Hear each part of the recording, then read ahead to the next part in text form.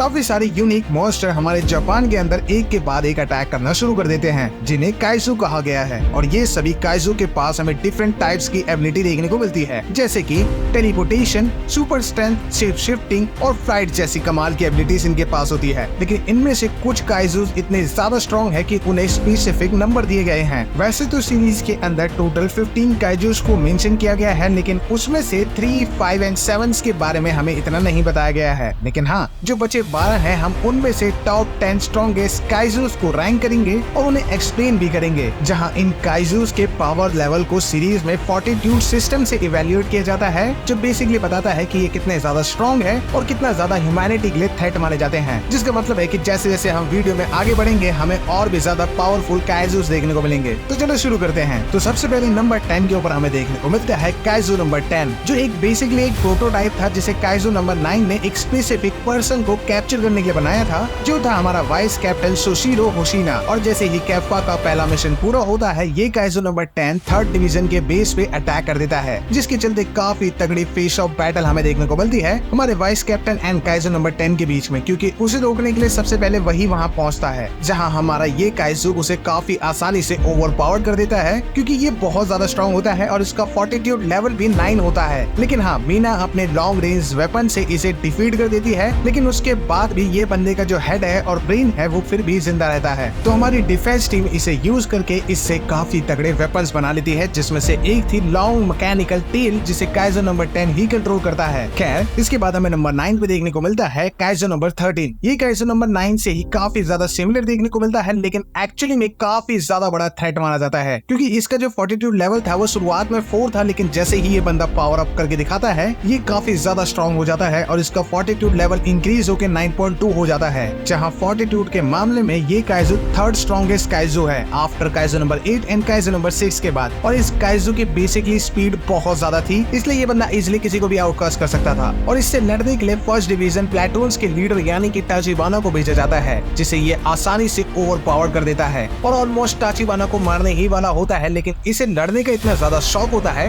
कि ये बैटल के दौरान पे और किसी चीज पे ध्यान ही नहीं देता है, इसे सिर्फ विनिंग पे मतलब होता है। तो एक काइजू नंबर 8 के ऊपर ध्यान बिल्कुल भी नहीं देता है, जिसकी वजह से काइजू नंबर 8 को एक अपर हैंड मिल जाता है और वो इजीली एक हार्ड पंच से इसे हरा देता है। एंड इसके बाद नंबर 8 को हमें देखने को मिलता है काइजू नंबर 15, जहाँ पे नंबर 10 की तरह ही हमारे काइजू नंबर 9 ने ही इसे बनाया होता है to fight a specific strong soldier, जो थी हमारी किकुरु, जहाँ इसकी अपीयरेंस हमें एक लेडी और एक बच्चे की तरह देखने को मिलती है। लेकिन हाँ, इसकी अपीयरेंस को देख के बिल्कुल भी धोखा मत खा जाना, क्योंकि ये बंदा बहुत ज्यादा स्ट्रॉन्ग होता है। ऊपर से ये लोगों के माइंड रीड्स कर सकता है और ये लेजर भी शूट कर सकता है, जहाँ इस बंदे को बनाया गया था किकुरु के फादर की पास्ट मेमोरीज को यूज करके, ताकि ये किकुरु को काफी आसानी से ओवरपावर कर सके उसके फियर को यूज करके। और इसकी 2 फॉर्म इसे बाकी काइजू से काफी डिफरेंट बनाती है, क्योंकि ये बैटल के दौरान में आसानी से अपनी मॉन्स्टर फॉर्म में चेंज हो सकता है, जो पावरफुल अटैक कर सकता है, और दूसरी इसकी ह्यूमन फॉर्म, जो क्लोज कॉम्बैट के लिए यूज करता था। और कमाल की बात है, ये अपनी फॉर्म्स को चेंज कर सकता है विदाउट ईटिंग ह्यूमन फ्लैश, जो हमारा काइजू नंबर 9 भी नहीं कर सकता है। लेकिन बस इसकी एक वीकनेस थी कि जो हमारी किकुरु की वीकनेस होती है वो भी इसमें देखने को मिलती है। तो अगर हमारी किकुरु अपने फियर से टैकल करके ओवरकम कर देती है, तो वो इसे इजीली डिफीट कर सकती है, जो वो सीरीज में करके भी दिखाती है आगे। एंड इसके बाद नंबर 7 पे हमें देखने को मिलता है काइजू नंबर 12। अगर तुम्हें हमारे काइजू नंबर 10 का डिजाइन याद है, तो ये बंदा उसका बेटर वर्जन और इम्प्रूव वर्जन हमें देखने को मिलता है इन टर्म्स ऑफ पावर और स्ट्रेंथ के मामले में भी, क्योंकि इसे भी बनाया था सोशिरो को ही डिफीट करने के लिए, जहाँ ये बंदा इतना ज्यादा स्ट्रॉन्ग था कि ये सिर्फ अपने एक अटैक से बड़ी बड़ी बिल्डिंग को धूल में कन्वर्ट कर सकता था। एंड इसे डिफीट कर पाना किसी के लिए भी इतना आसान नहीं था, क्योंकि लड़ते लड़ते ये बंदा अपने अपोनेंट के फाइटिंग स्टाइल से अडैप्ट कर देता है और उसके बाद उससे ज्यादा स्ट्रॉन्ग अटैक्स उसके ऊपर लैंड करता है, जिसकी वजह से ये एक फियरसम अपोनेंट बन जाता है। लेकिन उसके बाद भी सोशिरो ने इसे कैसे डिफीट करा, उसके 2 रीजन होते हैं। पहला, हमारा सोशिरो इस बैटल के अंदर अपने अटैक्स को कंटिन्यूअसली चेंज करता रहता है, जिसकी वजह से ये कंफ्यूज हो जाता है। दूसरा, इस बैटल के अंदर काइजू नंबर 10 सीक्रेटली उसकी मदद कर रहा होता है उसके सूट से एक टेल की फॉर्म में। तो हाँ, वो अपनी अडेप्टेबिलिटी और अनएक्सपेक्टेड हेल्प की वजह से ही काइजू नंबर 12 को डिफीट कर पाया था, वरना इतना आसान था नहीं। और इसके बाद नंबर 6 पे हमें देखने को मिलता है काइजू नंबर 4। अगर तुम्हें बेन 10 का स्टिंग फ्लाई याद है, तो ये मॉन्स्टर बिल्कुल उसी की तरह देखने को मिलता है, जिसके पास इतनी ज्यादा स्ट्रेंथ तो है नहीं, लेकिन ये बंदा इतनी ज्यादा फास्ट उड़ सकता था कि ये डिफेंस फोर्स के नाक में दम कर देता है, क्योंकि उन्हें इसे हराने में बहुत डिफिकल्टी होती है। लेकिन जैसे तैसे वो इसे हरा देते हैं। लेकिन जैसे तैसे डिफेंस फोर्स इसे हराने के बाद एक स्पेशल सूट बनाती है, जिसे जो यूजर पहनता है उसे भी विंग्स मिल जाते हैं और वो भी बहुत तेजी से उड़ सकता है, लेकिन क्योंकि इससे स्ट्रेंथ नहीं मिलती है तो इसे ऐसे यूजर को दिया जाता है जिसके पास पहले से ही काफी सारी पावर और स्ट्रेंथ हो, जैसे कि किकुरु, क्योंकि हमने सीरीज की स्टार्टिंग से ही देखा है वो कितनी ज्यादा पावरफुल है और ये सूट की स्पीड मिलने के बाद वो और ज्यादा फियरसम बन जाती है। एंड इसके बाद नंबर 5 पे हमें देखने को मिलता है काइजो नंबर 2। 1972 के अंदर ये काइजो हमारे टोक्यो के एक बहुत बड़े शहर यानी कि होकाइडो के ऊपर अटैक करता है, जिसकी वजह से काफी सारा डिस्ट्रक्शन कॉज होता है, लेकिन जैसे तैसे हमारी डिफेंस फोर्स इसे मिलकर हरा ही देती है और उसके बाद इससे स्पेशल टाइप के डिफेंस सूट बनाए जाते हैं जिसे आज के टाइम में हमारा डिफेंस फोर्स का जनरल पहनता है, यानी कि किकुरु का बाप, जिसे हमने एपिसोड 11 और 12 में यूज करते हुए भी देखा है कि वो किस तरीके से उस सूट के अंदर रहने के बाद हमारे काइजो नंबर 8 को टक्कर दे पाता है। जबकि काइजो नंबर 8 को सीरीज का one of the strongest kaiju consider किया जाता है, तो उसके पंचेस को इतनी देर तक होल्ड कर पाना और उसके सामने टिक पाना ही बताता है कि ये काइजो अपने टाइम में कितना ज्यादा स्ट्रॉन्ग हुआ करता था। और कमाल की बात है कि इस सूट को पहनने के बाद जो इसका यूजर है वो सोनिक अटैक से रेजिस्टेंट हो जाता है और वो खुद भी एक सोनिक ब्लास्ट को यूज कर सकता है जो बहुत ज्यादा डेडली कंसीडर किया जाता है। एंड इसके बाद नंबर 4 पे हमें देखने को मिलता है काइजो नंबर 1, जिसे फ्यूचर साइड काइजो भी कहा जाता है क्योंकि इसकी बॉडी के ऊपर हमें काफी सारी आईज देखने को मिलती है जिससे ये अपने अपोनेंट के हर अटैक्स को पहले ही रीड कर देता है, जस्ट लाइक सारिंगन आइज की तरह। और ये अपनी आईज से अपोनेंट के आर पार भी देख सकता है इंक्लूडिंग देयर वीक स्पॉट्स, जिसकी वजह से ये काफी खतरनाक अपोनेंट माना जाता था, जिसकी वजह से ये अपने अपोनेंट्स के लिए काफी डेडली माना जाता था। लेकिन इसे डिफेंस फोर्स हराने के बाद वेपन में कन्वर्ट कर देती है, जहां ये सबसे पहला काइजो था जिससे हमारी डिफेंस फोर्स ने वेपन्स बनाए थे। लेकिन हाँ, इस सूट को कैरी करने वाले यूजर को प्रीमोनिशन की एबिलिटी मिल जाती है जिससे वो किसी भी अटैक को पहले ही रीड कर सकता है, जस्ट लाइक काइजो नंबर 1 की एबिलिटी की तरह, जिसे आज के टाइम में फर्स्ट डिवीजन का कैप्टन यानी कि नरुमी कैरी करता है, जो डिफेंस फोर्स का सबसे ज्यादा स्ट्रॉन्गेस्ट मेंबर भी है, जो इसकी एबिलिटीज को इसके फुल एक्सटेंट तक यूज करके दिखाता है। एंड इसके बाद नंबर 3 पे हमें देखने को मिलता है काइजो नंबर 6। अब पूरी लिस्ट के अंदर इस काइजो को फोर्टिट्यूड लेवल के मामले में सेकंड हाईएस्ट कंसीडर किया जाता है क्योंकि इसका जो लेवल था वो 9.6 हुआ करता था, जो पहले फर्स्ट हुआ करता था, लेकिन इसे बाद में काइजो नंबर 8 सरपास कर देता है और इसे इसी वजह से किंग ऑफ काइजो भी कहा जाता है, जिसने जापान के अंदर काफी बड़े लेवल पे डिस्ट्रक्शन मचाया था, जिसकी वजह से काफी सारे लोग मारे गए थे। और कमाल की बात तो ये है कि ये स्नो स्टॉर्म को भी कॉज कर सकता है और इसी वजह से डिफेंस फोर्स को इसे हराने में काफी दिक्कतों का सामना करना पड़ता है, लेकिन जब वो इसे हरा देते हैं तो इससे सुपर पावरफुल वेपन सूट बनाने में सक्सेसफुल हो जाते हैं। जहाँ जो यूजर इस सूट को पहनता है उसके पास हमें आइस एबिलिटी देखने को मिलती है और ड्यूरिंग द बैटल वो ब्लिजर्ड अटैक को भी यूज कर सकता है और इसी वजह से जितने भी डिफेंस आर्मी के पास वेपन्स है, ये वेपन उन सभी में सबसे ज्यादा स्ट्रॉन्गेस्ट कंसीडर किया जाता है। एंड इसके बाद नंबर 2 पे हमें देखने को मिलता है शो का मेन प्रोटैगनिस्ट यानी कि काइजो नंबर 8,